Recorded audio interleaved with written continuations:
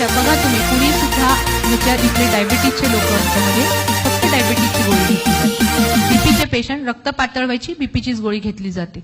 पण कुणीही मल्टीविटॅमिन्स मायक्रोन्यूट्रिएंट्सचा प्रादुर्भाव तुमच्या ह्याच्यात नसतो. परवा तर एक इतकं मजेशीर हे झालं की पेशंटचं हिमोग्लोबिन आहे 9.5 मेल पेशंट पुरुष आणि इतकी ढिगभर मोठी लिस्ट दिली आहे. वय वर्ष त्यांचं 74. त्यांची मुलगी माझ्याकडे ती घेऊन आली होती आणि त्या पेशंटचं एकही त्याला हिमोग्लोबिनची टॅबलेट दिलेली नव्हती. हार्ट पंपिंग 30% राहिलं होतं फक्त. एकही हिमोग्लोबिनची गोळी नाही. मग मी म्हटलं बायपास करायला सांगितलंय, अँजिओप्लास्टी केली. मी म्हणते माझ्याकडे किलेशन घेतलं, आणखी काय ईसीपी घेतली, ईएसएमआर घेतली, मी रक्तपुरवठा वाढवला. अरे पण जोपर्यंत ऑक्सिजन कॅरिंग कॅपॅसिटीज वाढणार नाही तर त्या ऑपरेशनचा काही उपयोग आहे का? जर हिमोग्लोबिनच कमी असेल तर ऑक्सिजन कॅरिंग कॅपॅसिटीज कमी आहे. तर ह्या सगळ्या गोष्टींचा बारीक बारीक विचार करणं खूप गरजेचं आहे. मायक्रोन्यूट्रिएंट्सचा आहारात प्रादुर्भाव असू द्या. त्याही पेक्षा पुढची महत्वाची गोष्ट आहे ती म्हणजे व्यसनांपासून लांब राहा. Smoking, stop your smoking, stop your ज्याला आपण म्हणतो धूम्रपान, मद्यपान हे बंद करा.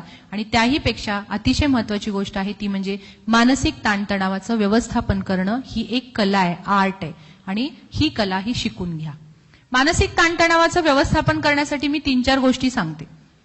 तणाव ओळखणारे आपले बरेच घटक आहेत. कुणाला काय होतं, अचानक रडावंसंच वाटतं, कुणाला अचानक खूप हसायचं वाटतं, कोण पूर्वी बोलतच नव्हता तर फार बडबड बडबड करतं, कोणी एकदमच शांत शांत होतं. वयाच्या साधारण 60-65 नंतर हळवा स्वभाव एक फार होतो. छोट्याशा गोष्टीवर खूप रडायला येतं. माझे एक पेशंट आहेत, 82 वर्षाचे आजोबा आहेत. रोज मला एक फोटो घेऊन येतात आणि दाखवतात की बघा मॅडम हे असे होते, तो माझा मित्र असा होता, ह्याचं ह्याची बहीण अशी होती. इतके बोलतात वगैरे. पण मी शांतपणे ऐकून घेते, कारण बालपण आणि म्हातारपण एक असतं त्याचा मला यथार्थ अनुभव येतो. की जसं लहान मुलं म्हणतात ना बघ ना हे बघ ना, तसंच ते काका मला सांगत असतात. पण हळवं मन होत असतं. काहींना झोप येत नाही, काहींना पोटातच सारखं दुखत असतं, अचानक अंग सारखं दुखण्याची हे होतात. खूप खूप लक्षणं असतात. सगळ्यात पहिली ट्रीटमेंट असते ती म्हणजे तणाव ओळखायला शिका.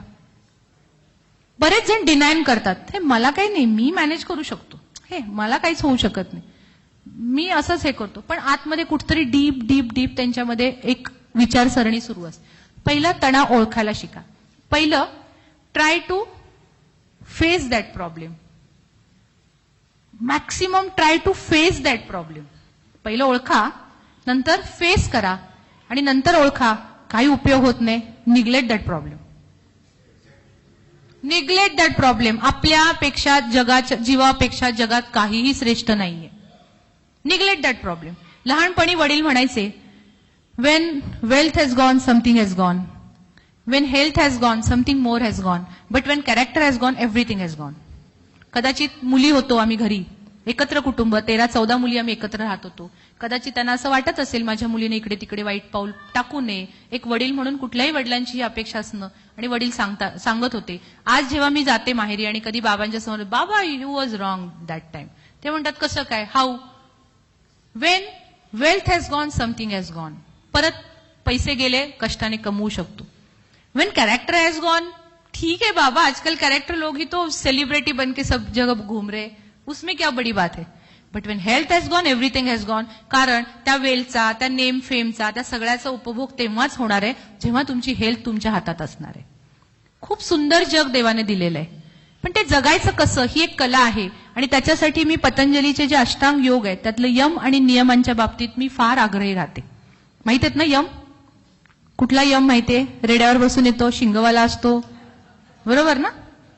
सगळ्यांना असं वाटतं नको गो बाई तसलं. मग यम दीपनाच्या दिवशी आपण काय करतो, दक्षिणेकडे दिवा ठेवतो, माझ्या घरावर तुझी साया नको. अरे कॉमन लक्षात घ्या, जोपर्यंत तुम्ही जागा रिकामी करणार नाही तोपर्यंत कुणाला दुसऱ्याला स्पेस कशी मिळेल, बरोबर ना? आपण जोपर्यंत जागा रिकामी केल्या तर कुणाला तरी स्पेस मिळणार आहे. हा सृष्टीचा नियम आहे, काही घाबरण्याची गरज नाहीये त्याच्यात. यम असा नाहीये. M means regularity.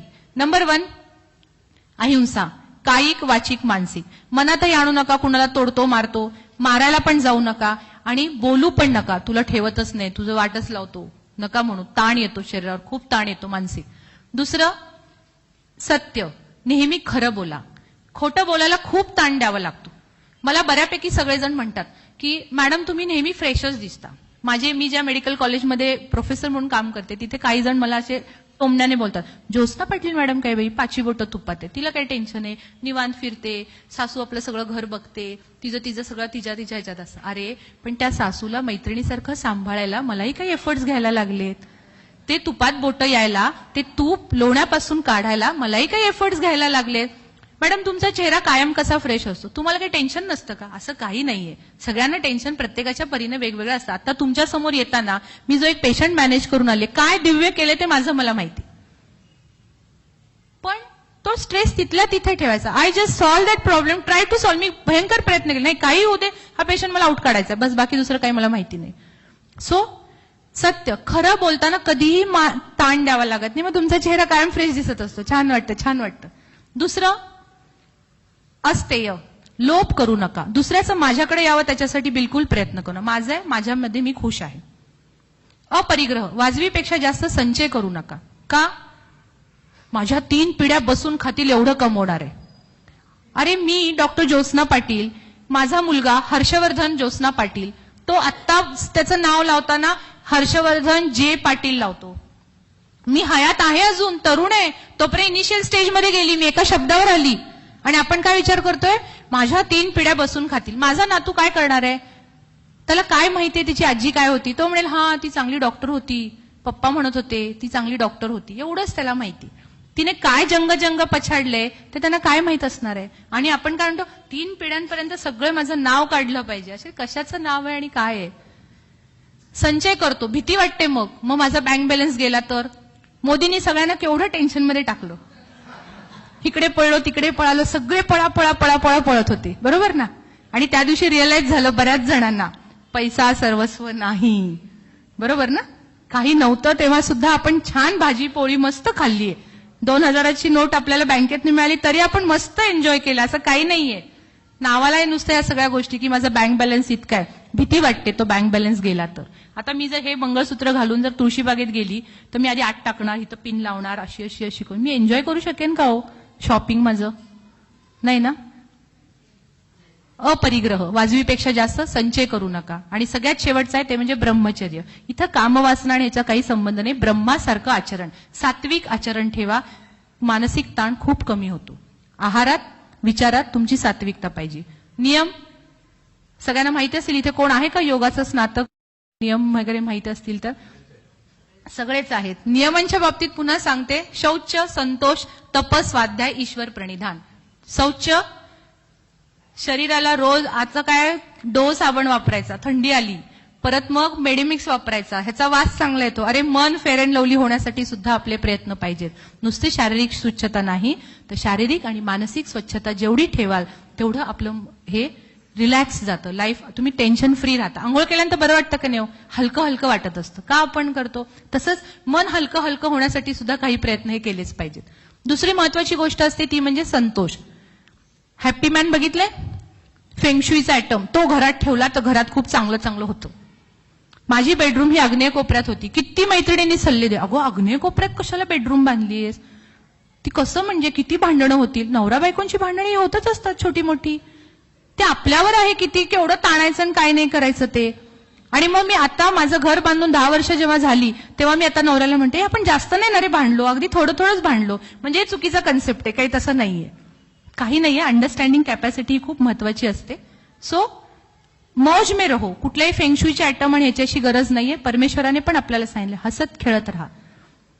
तप, प्रत्येक गोष्टीत एक प्रकारचं सातत्य पाहिजे. ते भले तुमचं ट्रीटमेंट घेणं असो, गोळ्या घेणं असो, पथ्यपाणी करणं असो, व्यायाम असो. तपाचं कुठल्याही फलश्रुती ही चांगलीच आहे. पण आतापर्यंत आपण हेच ऐकत आलो ना हिंदू संस्कृतीत, इतकं तप केलं म्हणून हे मिळालं, त्या तपाची फलश्रुती अशी होती. जर तुम्हाला तुमची हेल्थ पाहिजे असेल तर हे पण एक तपच आहे. स्वाध्याय, चांगलं चुंगलं ज्ञान घेण्यासाठी प्रयत्न करा. दृक्श्राव्य, चांगलं ज्ञान. आजकाल प्रवचन, कीर्तन ह्या गोष्टी आवडेनाशा झाल्यात बऱ्याच जणांना. माझ्या माहेरी रोज पोथी असते ज्ञानेश्वरीची. मग तिथं गेल्यानंतर माझ्या मुलांना मी अशी आवाजून होते, अरे बस ना जरा वेळ, एक रात्र आपण येतो, जरा बस ना, बघ काय म्हणतात बाबा, बघ काय चाललंय वगैरे. मम्मा बोरिंग आहे, नको इथे. ही आजकालची पिढी आहे. खूप समजून सांगावं लागतं की अरे नाही, चांगलं चुंगलं ऐका. तेच एखादं मूवी बघायला जावा, पहिल्या रांगेत जाऊन पोरं खुश उभारलेली असतात.